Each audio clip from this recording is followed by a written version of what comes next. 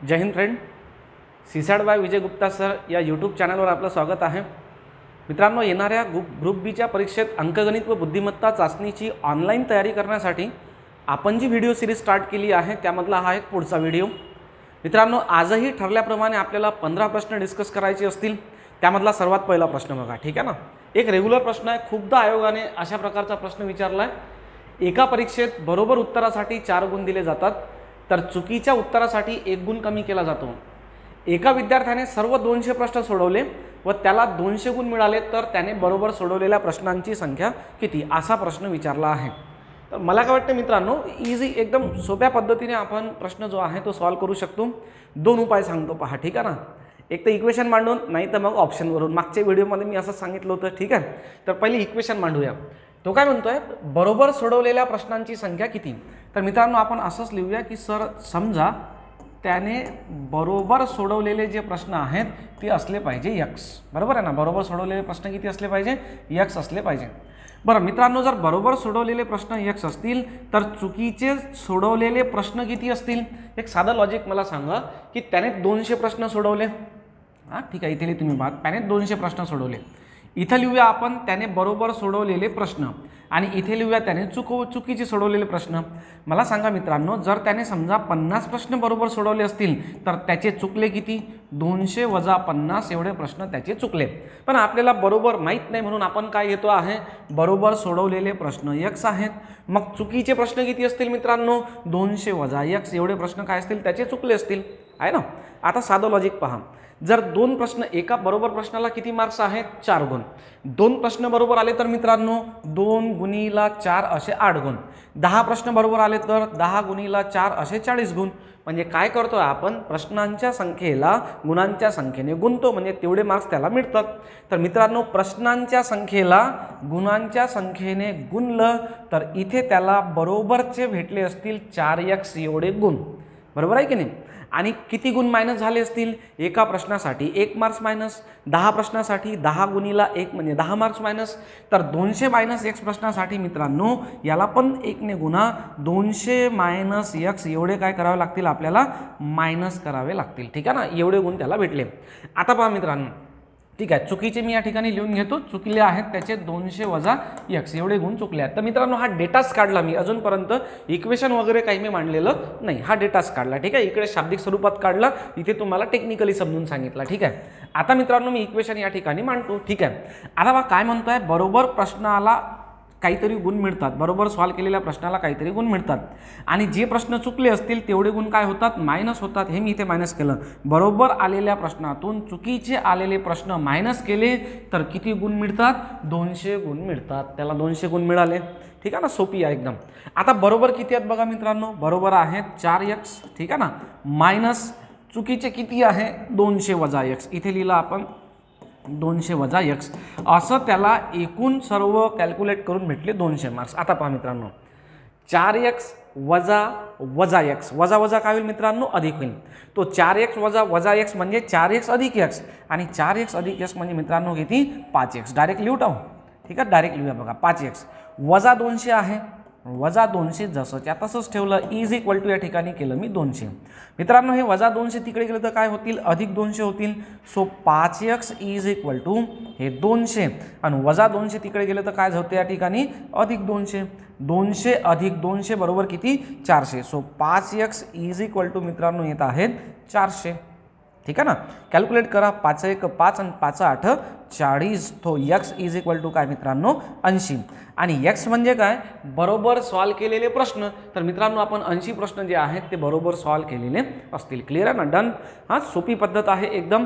बऱ्याचशा केसमध्ये इथे बरोबरच्या प्रश्नांना x म्हणा, चुकीच्या प्रश्नांना y म्हणा, मग सायमल्टेनियस इक्वेशन मांडून सॉल्व करा असं दिलेलं असू शकते. पण मला असं वाटते काही गरजेचं नाही. फक्त एकच व्हेरिएबल x घेऊन सिंगल व्हेरिएबल इक्वेशनने याला सॉल्व करता येईल. आणि हेही नाही जमलं तर मग आता शेवटचा उपाय पहा, ठीक आहे. शेवटचा उपाय काय करूया मित्रांनो, ऑप्शनवरून जाऊया. आता बरोबर ऑप्शन 80 येते ना, मग मी तुम्हाला 80च हेच ऑप्शन चेक करून दाखवतो, ठीक आहे. समजा आपण असं म्हणूया की बरोबर सॉल्व केलेले प्रश्न असतील 80, मग इथे बरोबरचं जे चिन्ह आहे त्याच्या खाली लिहितो मी 80 प्रश्न करेक्ट सॉल्व केले. मग मित्रांनो 200 पैकी 80 करेक्ट सॉल्व्ह केले तर चुकले किती असतील? 120 प्रश्न चुकले असतील, बरोबर आहे ना. आता पहा, एका बरोबरच्या प्रश्नासाठी 4 मार्क्स, तर 80 प्रश्न बरोबर सॉल्व्ह केले तर 8 चूक 32, 320 मार्क्स भेटले असतील. एक प्रश्न चुकला की 1 मार्क्स मायनस, तर 120 प्रश्न चुकले तर किती मायनस? 120 प्रश्न मायनस. याचा अर्थ मित्रांनो आपण 320 मार्क्स कमावले आणि त्याच्यातले 120 गमावले आहे ना. बरोबरचे 320 बसले, चुकले म्हणून 120ची पेनल्टी भेटली. तर ओव्हरऑल किती झाले मित्रांनो? 200. म्हणजे आपल्याला मार्क्स किती भेटले असतील? 200 भेटले असतील. आणि इथं पहा, त्याला किती गुण मिळाले आहेत? 200च मिळाले आहेत. जेव्हा आपण ऑप्शन नंबर सेकंड 80 घेतो ना, तेव्हा बरोबर 200 मार्क्स भेटतात मित्रांनो. म्हणजे सेकंड काय असेल? करेक्ट असेल. इक्वेशन नाही मांडता आलं, टेन्शन नाही घ्यायचं, ठीक आहे की नाही. काय करायचं? ऑप्शनवरून जायचं. थोडासा वेळ लागेल, पहिले तुम्ही 82 घ्याल, त्याने नाही बसणार, मग 80 घ्याल, कुठे ना कुठे मित्रांनो ते करेक्ट आपलं बसेलच बसेल, ठीक आहे ना. तर हा होता प्रश्न. सोपी आहे, दोन्ही पद्धतीने मी तुम्हाला या ठिकाणी क्लिअर करून दिला. त्यानंतर नेक्स्ट बघूया. एका शेतकऱ्याने एका बॉक्समध्ये प्रत्येकी 5 किंवा 6 आंबे भरले तर एकूण आंब्यापैकी 3 आंबे शिल्लक राहतात, ठीक आहे ना. पहा मित्रांनो, काय म्हणतोय? जर 5 आंबे भरले, 6 आंबे भरले तर 3 आंबे शिल्लक राहतात. म्हणजे काय? पहा, म्हणजे मला असं वाटते की इथं ना 33 आंबे जर आपण घेतले तर 5 30, 3 शिल्लक राहिले, 6 30, 3 शिल्लक राहिले आहे ना. समजते ना या पद्धतीने. परंतु जर त्याने एका बॉक्समध्ये 8 किंवा 9 आंबे भरले, 8 किंवा 9 आंबे भरले तरी मित्रांनो 3च आंबे शिल्लक राहतात. म्हणजे या सर्व केसमध्ये शिल्लक राहणाऱ्या आंब्यांची जी संख्या आहे ती काय आहे? 3 आहे. 5च्या केसमध्ये 3 शिल्लक, 6च्या केसमध्ये 3 शिल्लक, 8च्या केसमध्ये 3 शिल्लक, 9च्या केसमध्ये 3 शिल्लक राहतात, ठीक आहे ना. तर त्याच्याकडे एकूण आंब्यांची संख्या दर्शवणारा पर्याय निवडा, ठीक आहे. पहा मित्रांनो, आताच मी काय सांगितलं की 5 आणि 6च्या केसमध्ये काय घेता येईल आपल्याला? 33 घेता येईल, 33, ठीक आहे ना. म्हणजे आपल्याला सर्वात पहिले काय करावं लागेल? या 5 आणि 6च्या पाळ्यात येणारी संख्या पाहावी लागेल, लहानात लहान, ठीक आहे ना. कोणती आहे? 5 आणि 6च्या पाळ्यात येणारी संख्या 30. पण मित्रांनो 3 आंबे शिल्लक राहिले पाहिजे म्हणून आपण याच्यामध्ये 3 मिळवले तर आंबे किती झाले? 33. जस्ट एक्झाम्पल सांगतोय बरं, हे प्रश्नाचं उत्तर नाही आहे, कारण फक्त आपण 5 आणि 6लाच विचारात घेतोय. इथं मात्र आपल्याला 5, 6, 8 आणि 9 या सर्वांना विचारात घ्यायचं असेल, ठीक आहे ना. आता मी एक वर्ड सांगितला होता की इथं मी अशी संख्या घेतोय जी 5 आणि 6च्या पाळ्यात येणारी लहानात लहान संख्या असेल. आणि मित्रांनो दिलेल्या संख्यांच्या मल्टिपल असणारी लहानात लहान संख्या म्हणजे लसावी, LCM. म्हणजे काय? दिलेल्या संख्यांचा लसावी काढायचा आणि त्याच्यामध्ये जे काही शिल्लक राहत आहेत ते शिल्लकचे ॲड करायचे. आता लसावी कसा काढायचा त्याची पण मेथड समजून सांगतो. पहा, इथे घेऊया आपण 5, 6, 8 आणि 9 या संख्या घेतल्या. लसावी काढताना मित्रांनो काही रेस्ट्रिक्शन राहत नाही, पण भाग जात असेल तर भाग देण्याचा प्रयत्न करायचा. आता सुरुवातीला मी 2चा भाग देतो, 5ला जात नाही म्हणून 5 ठेवा. 6ला 2चा भाग दिला, 3 आलं. 2ने 4ला भागलं, 8ला भागलं तर 4 आलं. आणि या ठिकाणी मित्रांनो 9. आता मी 3चा भाग देतो, इथे 5 राहिलं, 3 1 3, 4ला भाग जात नाही, 3 3 9. क्लिअर आहे ना. आता मित्रांनो भाग पूर्ण झाला, एक एक नंबर बाहेर काढूया. 5 बाहेर काढला तर या ठिकाणी 1, या ठिकाणी ऑलरेडी 1 आहे, या ठिकाणी 4, या ठिकाणी 3. आता मित्रांनो मी 4 बाहेर काढतो तर 1 1 1, आता 3. त्यानंतर मित्रांनो 3 बाहेर काढतो तर 1 1 1 आणि 3. बस हे जे नंबर आहेत ना मित्रांनो यांचा गुणाकार केला की आपल्याला काय मिळेल? यांचा लसावी मिळेल, ठीक आहे ना.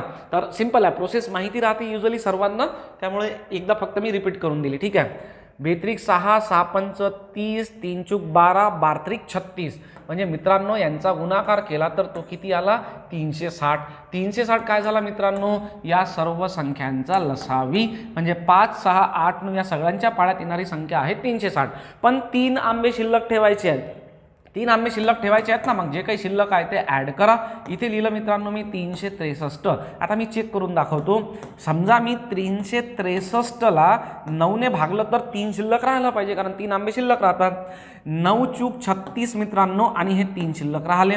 6ने गुणा 6 6 36, 3 शिल्लक राहिले. 5ने गुणा 8ने गुणा बरोबर 3 शिल्लक राहतात, ठीक आहे ना.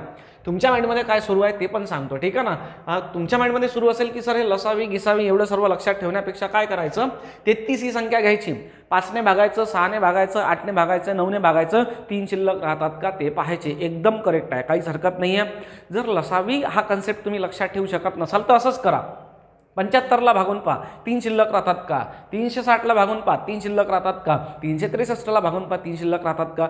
जिथे 3 शिल्लक राहतील मित्रांनो ते काय असेल? आपलं करेक्ट ऑप्शन असेल, ठीक आहे. चला बघा. त्यानंतर आहे सतीश व त्याच्या मुलाच्या आजच्या वयाचे गुणोत्तर 7:2 आहे. 7 वर्षापूर्वी त्यांच्या वयातील फरक 25 वर्ष होता, तर त्यांच्या 12 वर्षानंतरच्या वयाची बेरीज किती असा प्रश्न विचारला आहे. ठीक आहे ना. तर मित्रांनो इझी आहे. काय करायला पाहिजे, तर सर्वात पहिले डेटा काढा. पहा मी एक सर्वात म्हणजे खूप इझी प्रोसेस मुलांना शिकवतो. काय लिहितो आपण या ठिकाणी घेऊया सतीश. ठीक आहे, इथे घेऊया आपण सतीश. पहिले डेटा काढूया, त्यानंतर इक्वेशन, आणि इथे घेऊया मित्रांनो त्याचा मुलगा. नेहमी लक्षात घ्या, प्रश्नात त्याने जिथून सुरुवात केली आहे ना, आपणही एक्झॅक्टली तिथून सुरुवात करायची. सतीश व त्याच्या मुलाच्या आजच्या वयाचे गुणोत्तर 7:2 आहे. मग मित्रांनो इथे काय करूया, सर्वात पहिले लिहूया आपण आजचे वय. आजचं वय. सतीशचं वय किती असेल, 7 म्हणजे 7x आणि 2 म्हणजे मित्रांनो 2x. हे काय झालं, आजचं वय झालं. समोर वाचा 7 वर्षापूर्वी त्यांच्या वयातील फरक. मग सेकंड पॉईंट 7 वर्षापूर्वी.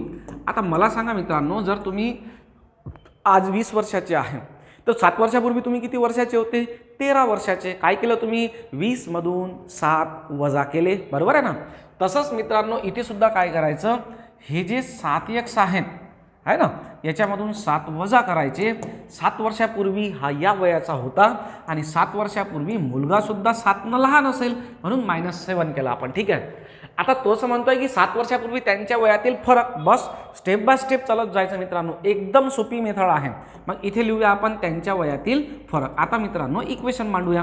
आता मला सांगा, फरक काढताना कोणाच्या वयातून कोणाचं वय वजा करावं लागेल, जो मोठा आहे त्याच्या वयातून लहानाचं वय मायनस करा. मोठा कोण आहे, सतीश आहे. मग सतीश मायनस मुलगा करूया आपण. ठीक आहे, पाहत राहा बरोबर. इथं घेतला आपण सतीश, त्यामधून मित्रांनो त्याचा जो मुलगा आहे त्याच्या मुलाचं वय मायनस केलं. असं आपल्याला वय किती भेटलं आहे, वय 25 वर्ष. ठीक आहे, पाहत राहता. सतीशचं वय किती आहे मित्रांनो, 7x. मुलाचं वय किती आहे, 2x इज इक्वल टू, या ठिकाणी केलं मी 25. 7x वजा 2x म्हणजे 5x. 5x is equal to मित्रांनो 25. तर x इज इक्वल टू किती, 5. 5 5 25. या पद्धतीने एकदम सोप्या प्रकारे आपण हा प्रश्न सॉल्व्ह करू शकतो. ठीक आहे ना. अजून उत्तर नाही निघालं बरं. ठीक आहे, आपण फक्त एक्सचीच व्हॅल्यू काढली. आता प्रश्न वाचा, तर त्यांच्या 12 वर्षानंतरच्या वयाची बेरीज किती. पहिले काय करा, त्यांचं आजचं वय काढा. ठीक आहे, इथे लिहितो पहा मी सतीश. ठीक आहे ना. आणि इथे घेऊन टाकूया आपण त्याचा मुलगा, सतीश आणि त्याचा मुलगा. यांचं आजचं वय काढा मित्रांनो. पहिले सतीशचं आजचं वय किती आहे, 7x. ठीक आहे ना. 7 म्हणजे 7 आणि x म्हणजे किती काढला आपण, 5. तर सतीश आज व्हायला पाहिजे 35 वर्षाचा. मुलगा कितीचा आहे मित्रांनो, 2x. ठीक आहे ना. 2 म्हणजे 2 आणि x म्हणजे किती काढला आपण, 5. तर 5 2 किती झालं, 10. आता हे झालं त्यांचं आजचं वय. 12 वर्षानंतरचं वय काढायचं आहे. तर याचं 12 वर्षानंतरचं वय किती असेल, +12 करा. इथे इथे आहे 47. ठीक आहे ना. इथे पण मित्रांनो +12 करा, इथे यायला पाहिजे 22. आता 12 वर्षानंतरच्या वयाची बेरीज करायची. तर याची आणि याची काय करायची मित्रांनो, बेरीज करायची. करा. 7 आणि 2 किती यायला पाहिजे, 9. बेरीज 7 आणि 2 9 आणि 4 आणि 2 किती, 6. सो करेक्ट आन्सर जे आहे ते असेल 69. Option number 3 is correct. वयवारी ना मित्रांनो करून ठेवा पक्क एक. ठीक आहे ना. कारण रेशिओ अँड प्रपोर्शन, वयवारी, मिक्सचर अँड ॲलिगेशन, त्यानंतर पार्टनरशिप, हे ना एका सिरीजमध्ये विचारले जातात. ठीक आहे. मागच्या वर्षी आपण पाहिलं की पार्टनरशिपचे प्रश्न बऱ्यापैकी होते, त्यानंतर रेशिओ अँड प्रपोर्शनचे प्रश्न होते. तर होऊ शकते यावर्षी तो वयवारीवर आपल्याला प्रश्न विचारेल. ठीक आहे ना. तर रेडी करून ठेवा, एक प्रश्न सोपी आहे. त्यानंतर मित्रांनो पुढला प्रश्न पहा. एका पुरुषाची कार्यक्षमता महिलेच्या 4 पट आहे. वर्क अँड टाईमचा प्रश्न आहे, सोप्या पद्धतीने सॉल्व्ह करता येईल. एका पुरुषाची कार्यक्षमता, इथे घेतलं मित्रांनो आपण पुरुष आणि इथे घेऊया आपण महिला. पुरुषाची कार्यक्षमता महिलेच्या 4 पट आहे. म्हणजे जर मी महिलेला x म्हटलं तर पुरुषाची इफिशियन्सी त्याच्या 4 पट म्हणजे 4x असेल. किंवा मित्रांनो रेशो लिहून घेऊया. महिला जर आपण 1 मानली तर पुरुष त्याच्या चौपट म्हणजे 4 असला पाहिजे. हा काय आहे, हा आहे त्यांच्या इफिशियन्सीचा रेशो म्हणजे गुणोत्तर. ठीक आहे ना, इफिशियन्सीचे गुणोत्तर. आता पहा मित्रांनो, त्यांना 8 दिवसाचा मोबदला म्हणून 100 रुपये मिळत असतील तर महिलेची एका दिवसाची मिळकत किती. आता अलर्ट राहा, एका दिवसाची आणि इथं काय आहे 8 दिवस म्हणजे 1000 रुपये त्यांना 8 दिवसाचे मिळाले. मग आपण हिशोब केला तर महिलेला 8 दिवसाचे किती मिळाले ते मिळतील आणि त्याच्यावरून मग महिलेला एका दिवसाचे आपल्याला काढायचे असतील. ठीक आहे, पाहता. ठीक आहे मित्रांनो, इथे लिहूया आपण महिलेला 8 दिवसाचे 8 दिवसाचे, 8 दिवसाचा मिळालेला मोबदला असं लिहूया. मिळालेला मोबदला, महिलेला 8 दिवसाचा मिळालेला मोबदला. ठीक आहे. पहा मित्रांनो, आता काय करायचं आहे, हे जे 1000 रुपये आहेत ना, ज्याची इफिशियन्सी जास्त, ज्याने जेवढं जास्त काम केलं त्याला तेवढे जास्त पैसे भेटले पाहिजे, ज्याने कमी काम केलं त्याला कमी पैसे भेटले पाहिजे. मग काय करायचं मित्रांनो, या 1000 मधले 4 हिस्से पुरुषाला द्या आणि 1 हिस्सा महिलेला द्या. म्हणजे आपल्याला पहिले 5 हिस्से करावे लागतील आणि त्या 5 मधला 1 हिस्सा कोणाचा असेल, या महिलेचा असेल. ठीक आहे. 5 1 5 आणि 200 आहे ना, 5 20 100 आणि 0, तर 20 1 20 आणि 200 एवढे मिळायला पाहिजे मित्रांनो त्या महिलेला 8 दिवसाचे रुपये. आता मित्रांनो, त्या महिलेला 8 दिवसाचे 200 रुपये मिळत असतील तर एका दिवसाचा तिचे मोबदला किती असेल, तर 200 भागीला 8 करा. ठीक आहे ना, 25 8 200. मित्रांनो, तिला एका दिवसात मिळायला पाहिजे 25 रुपये. सो करेक्ट आन्सर यायला पाहिजे 25. क्लिअर आहे ना, सोपी आहे. आणखीन काही प्रश्न बघूया. ठीक आहे. पहा, एका कंपनीत 200 कर्मचारी आहेत, त्यापैकी 120 कर्मचाऱ्यांना पायथॉन भाषा येते, 50 लोकांना जावा ही भाषा येते व 30 जणांना दोन्ही भाषा येतात, तर फक्त जावा बोलणाऱ्यांची संख्या किती. एकदम सोपी आहे मित्रांनो. तुम्ही पाहत असाल की मी यांसारखे जे प्रश्न यांच्यावर थोडं जास्त ट्रेस करतो यावर्षी, तुम्ही पण करा, शक्यता आहे यासारखे प्रश्न तुम्हाला यावर्षी विचारले जातील. ठीक आहे मित्रांनो, नेहमी जी सुरुवात आहे ना ती इथून स्टार्ट करायचं. बोथ म्हणजे दोन्ही भाषा येणारे किती, याला म्हणूया आपण पायथॉन, पायथॉन ही भाषा येणार आहे, आणि याला म्हणूया मित्रांनो आपण जावा ही भाषा येणार आहे. ठीक आहे. आता पहा, 120 कर्मचाऱ्यांना पायथॉन भाषा येते, इथं लिहिलं मी 120. ठीक आहे. 50 लोकांना जावा ही भाषा येते. ठीक आहे. आणि फक्त जावा ही भाषा, ओके, 30 जणांना दोन्ही भाषा येतात, तर मित्रांनो दोन्ही भाषा येणारे कुठे यायला पाहिजे, इथे. दोघांचा जो इंटरसेक्टिंग सर्कल आहे, छेदन बिंदू म्हणूया आपण, दोन्ही सर्कल त्या ठिकाणी छेदतात, त्यामध्ये मित्रांनो 50 ही संख्या असली पाहिजे. आता मॅनेज कसं करायचं पहा, पायथॉनच्या सर्कलमध्ये टोटल यायला पाहिजे 120. 120 पैकी किती आला आहे, पायथॉनच्या सर्कलमध्ये ऑलरेडी 30 आला आहे, 90 बाकी आहे, इथे लिहा. जावाच्या सर्कलमध्ये मित्रांनो टोटल 50 पाहिजे, 50 पैकी 30 आहे, किती शिल्लक राहिलं 20, तर मित्रांनो 20 इथे लिहा. तर आपल्याला विचारलं फक्त जावा भाषा येणाऱ्यांची संख्या किती, तर पहा मित्रांनो, जावा भाषेच्या सर्कलमध्ये एकूण जावा भाषा येणारे किती आहेत, 50. जावा आणि पायथॉन दोन्ही येणारे किती आहेत, 30. मग 20 काय असतील मित्रांनो, फक्त जावा भाषा येणारे. सो करेक्ट आन्सर जे आहे ते असलं पाहिजे 20. क्लिअर. चला पुढला प्रश्न बघूया. नेक्स्ट आहे, एका सांकेतिक भाषेत एक्झामिनेशन हा शब्द असा लिहिला जातो, तर त्या सांकेतिक भाषेत गव्हर्नमेंट हा शब्द कसा लिहाल. ठीक आहे ना, खूप चॅलेंजिंग आहे प्रश्न मित्रांनो. तुम्हाला वाटत असेल इझी आहे, मी तुम्हाला पहिले तर तुम्ही ट्रिकला व्हिडिओ पॉज करा, ट्रिक लावून सॉल्व करून पहा. नाही आलं तर मी तुम्हाला फक्त थोडंसं गेसिंग सांगतो, उत्तर तुम्ही काढा. ठीक आहे ना, पाहता. ठीक आहे. आता ईचा नंबर, ईचा कोड त्याने इकडे काय दिला आहे, 5 दिला आहे. चला इथे लिहिलं मी, ईचा कोड आहे 5. ठीक आहे ना. बरं, मग एक्सचा कोड मित्रांनो याने किती दिला आपल्याला, 6 दिला. पण एक्सचा कोड 6 कसा येईल, कारण एक्सचा क्रमांक तर 6 नाही. बरं, एक्सचा नंबर आहे किती, याचा सर 5 होता म्हणून आपण 5 घेतला. एक्सचा नंबर किती आहे मित्रांनो, 24 आहे. मग इथे 6 कसं येईल, तर याने काय केलं, इथे 2 आणि 4 यांची बेरीज केली, असा बेरीज करून 6. त्यानंतर पहा मित्रांनो, ए आहे, एचा नंबर किती, 1च, आणि याने कोडमध्येही एचा नंबर मग 1च घेतला आहे. ठीक आहे ना, पहा 1. त्यानंतर यम आहे, यमचा ओरिजिनल नंबर किती आहे मित्रांनो, 13. यामध्ये 1 आणि 3 ची बेरीज करा, किती येते आहे, 4 येते आहे. तर 5 6 1 4, 5 6 1 4 असं आलेलं आहे.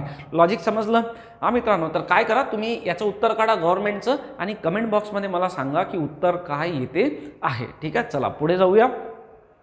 ABCDEFGH हे एका वर्तुळाकार टेबलाभोवती वर्तुळ केंद्रकाच्या विरुद्ध दिशेला तोंड करून बसले आहे, परंतु याच क्रमाने नाही. आतापर्यंत मित्रांनो आपण असे प्रश्न पाहिले ज्यामध्ये हे जे व्यक्ती आहेत हे वर्तुळ केंद्रकाकडे तोंड करून बसलेले आहेत असं दिलेलं राहते. पण मित्रांनो हे कसं आहे, हे केंद्रकाच्या बाहेर तोंड करून बसलेले आहेत असं आपल्याला दिलेलं आहे. आता सॉल्व कसं करायचं, तर पहिला पॉईंट पहा, जी व बी या दरम्यान 2 व्यक्ती बसले आहेत. तर माझा नेहमी सल्ला असेल की दरम्यान वगैरेच्या पासून ना स्टार्ट करू नका, कारण ते अशी असू शकतात, अशी असू शकतात, म्हणून इथून स्टार्ट नाही करायचं, इथून स्टार्ट करा. सी हा जीच्या लगेच डावीकडे बसला आहे, इथे जमेल. ठीक आहे ना मित्रांनो. आता मी काय करतो, जीला घेतो या ठिकाणी.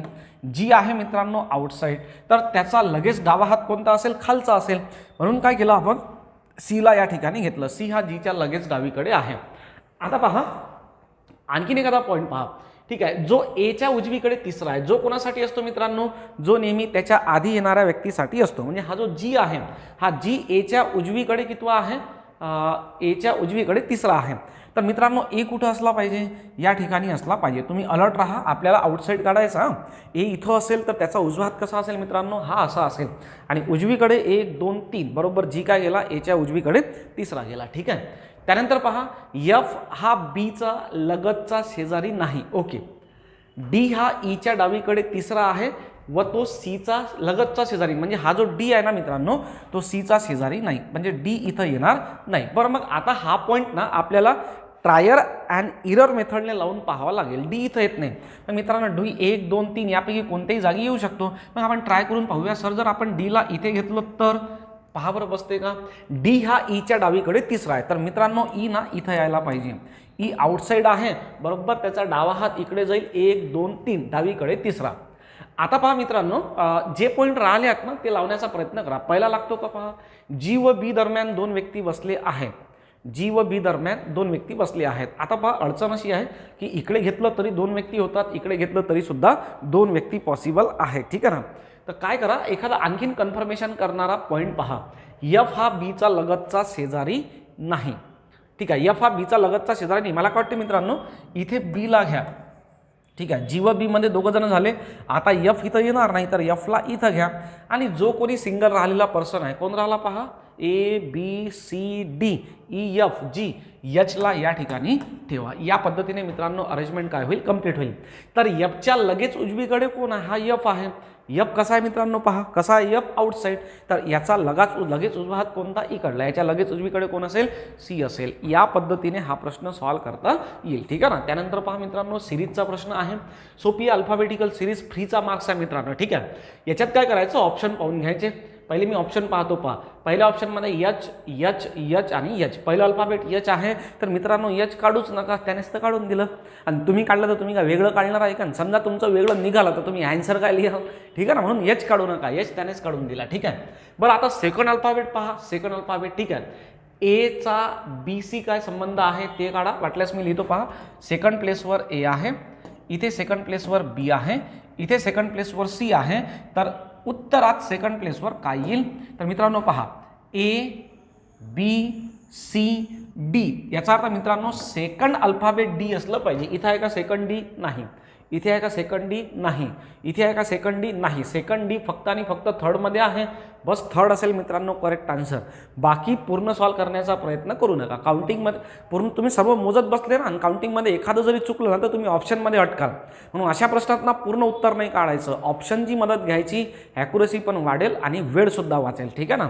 ओके, देन बघा मित्रांनो रेग्युलर प्रश्न आहे, बऱ्याच वेळा विचारते आयोग.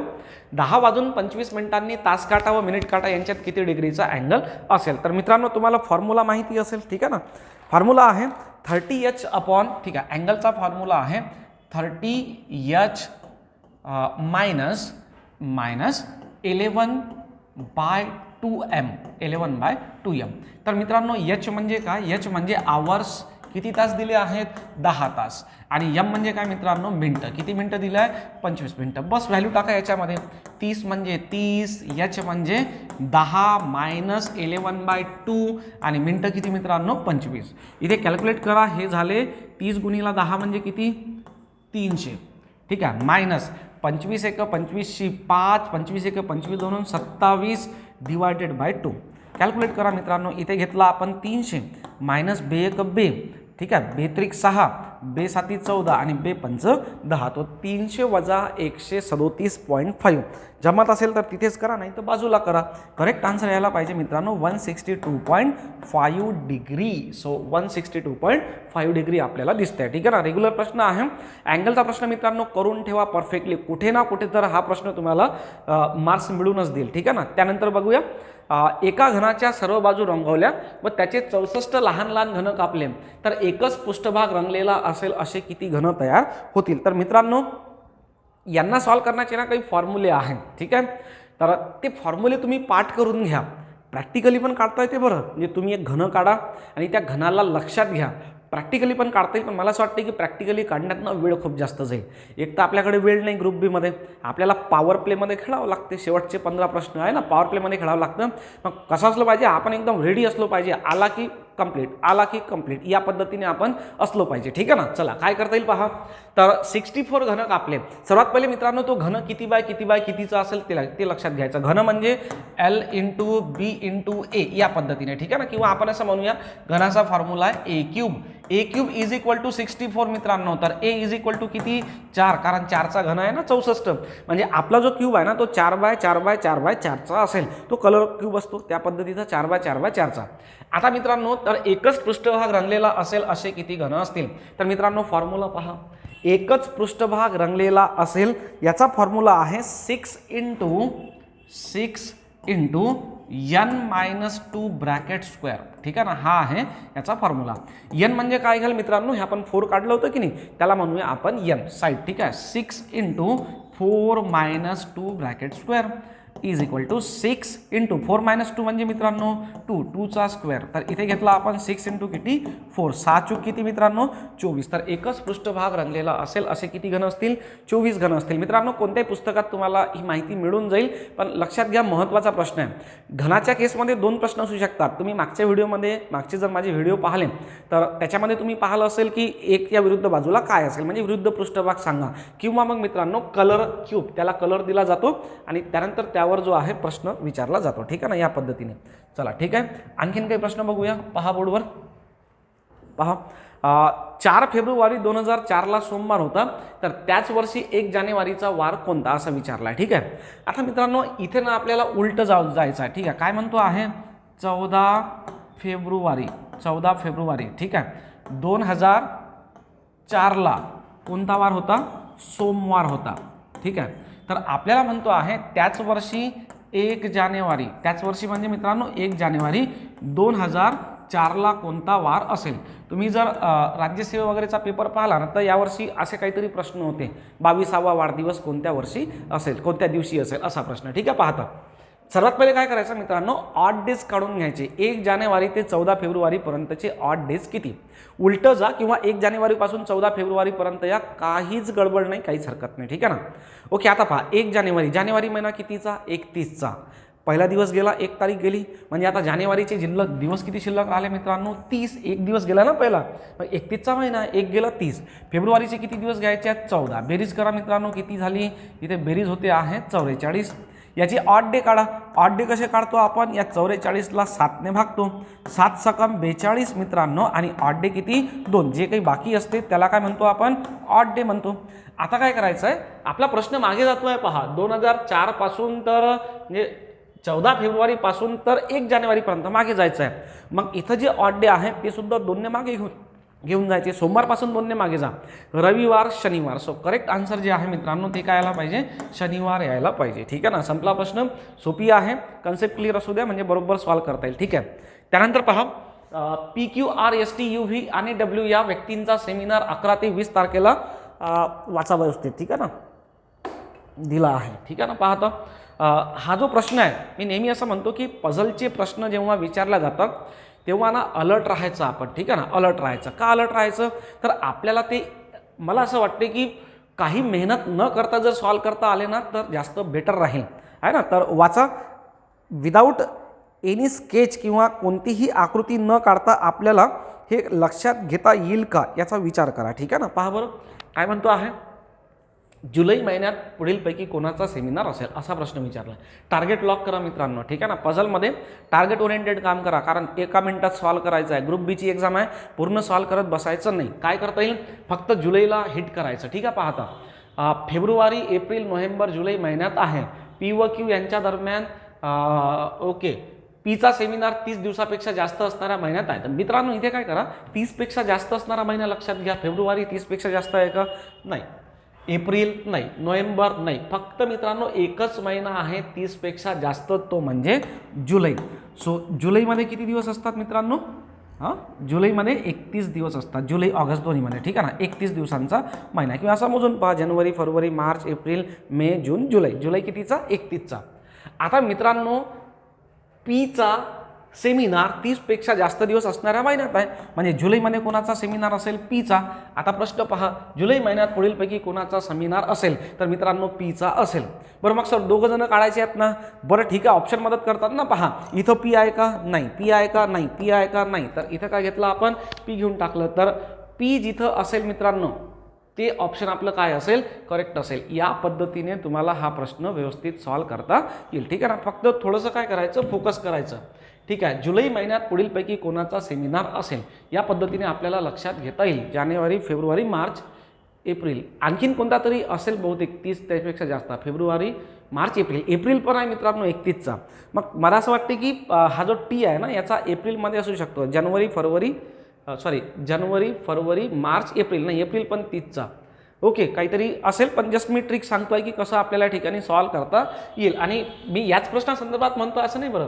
तुम्ही आयोगाचे प्रिव्हियस पेपरमधले प्रश्न सॉल्व्ह करून पहा, ते सुद्धा आपल्याला इझिली या पद्धतीने सॉल्व्ह करता येतील. त्यानंतर पहा मित्रांनो, एका इमारतीचा नकाशा बनवण्यासाठी हे 8 दगड पुढील प्रमाणे लावायचे आहेत. मित्रांनो पझलचा प्रकार आहे, पझलचा प्रश्न आहे. कशामध्ये? डिस्टन्स अँड डायरेक्शनमध्ये. तर हा प्रश्न मी तुमच्यावर सोडवतो. ठीक आहे ना. तुम्ही कमेंटमध्ये मला याचं उत्तर सांगा, डायग्राम वगैरे तुम्ही काढा आणि मला सांगा की याचं उत्तर काय येते आहे. चला समोर जाऊया. त्यानंतर हा एक ओके ठीक आहे. त्यानंतर हा एक प्रश्न आहे मित्रांनो फॅमिली ट्री डायग्रामचा. ओके, एका कुटुंबात एम, एन, ओ, क्यू आणि एस असे 5 सदस्य आहेत. यापैकी 3 पुरुष व 3 महिला आहेत. आता फक्त एक लक्षात घ्या, काहीतरी प्रिंटिंग मिस्टेक झाली असेल. आपल्याला 3 पुरुष 3 महिला दिल्या आहेत, पण माणसं किती दिले आहेत? 1, 2, 3, 4, 5च. ठीक आहे ना. तर बघूया प्रश्नाचं उत्तर. आपलं टार्गेट काय आहे? ओची वहिनी कोण आहे ते काढणे. पहा आता समोर. ठीक आहे. क्यू व ओ हे अनुक्रमे यांचा मुलगा आणि मुलगी आहे. ठीक आहे. इथं घेतला आपण यनला. ठीक आहे की नाही. यांचा अनुक्रमे ना एक जण मुलगा आहे, एक जण मुलगी आहे. कोण आहे? क्यू हा मुलगा. इथे लिहितो आहे मी क्यू हा मुलगा, प्लस क्यू कडे ॲरो केला, ॲरोवरती या ठिकाणी मित्रांनो मुलगा लिहून घेतला. ठीक आहे ना. इथं घेतला आपण ओ, आणि ओ कोण आहे? मुलगी आहे. आपलं टार्गेट काय आहे ते चेक करत राहा. काय टार्गेट आहे? ओची वहिनी. ओची वहिनी म्हणजे ओच्या भावाची पत्नी. मला सांगा हा क्यू कोण लागेल? या ओचा क्यू हा भाऊ लागेल. बस याची वाईफ शोधायची आपल्याला, म्हणजे आपलं उत्तर निघालं. ठीक आहे. यांचा मुलगा मुलगी आहे, दोन्ही विवाहित आहे. बरं, मुलीचं पण लग्न झालं आहे आणि या मुलाचं सुद्धा लग्न झालेलं आहे. ठीक आहे. यस ही यांची सून आहे. सून म्हणजे मित्रांनो आपल्या मुलाची पत्नी. हा यांचा मुलगा क्यू आणि क्यूची वाईफ कोण आहे? यस. याचा अर्थ मित्रांनो यस ही यांची सून आहे, म्हणजे यांच्या मुलाची पत्नी असेल म्हणून याला मायनस करून टाका. ठीक आहे ना. सापडलं. आपल्याला ओची वहिनी पाहिजे होती, ओचा भाऊ, आणि त्याच्या भावाची पत्नी कोण आहे? यस आहे. सो करेक्ट आन्सर असलं पाहिजे मित्रांनो यस. थोडंसं तिथे जेंडरमध्ये गडबड होऊ शकते, कारण 5 जण दिले आहेत आणि 6चं जेंडर दिलं आहे, काहीतरी मिस्टेक्स असेल. तर मित्रांनो या पद्धतीने हे 15 प्रश्न आपण या ठिकाणी क्लिअर केले. ठीक आहे ना. पुढल्या लेक्चरमध्ये परत 15 प्रश्नांसह येऊया. तोपर्यंत थांबूया. धन्यवाद.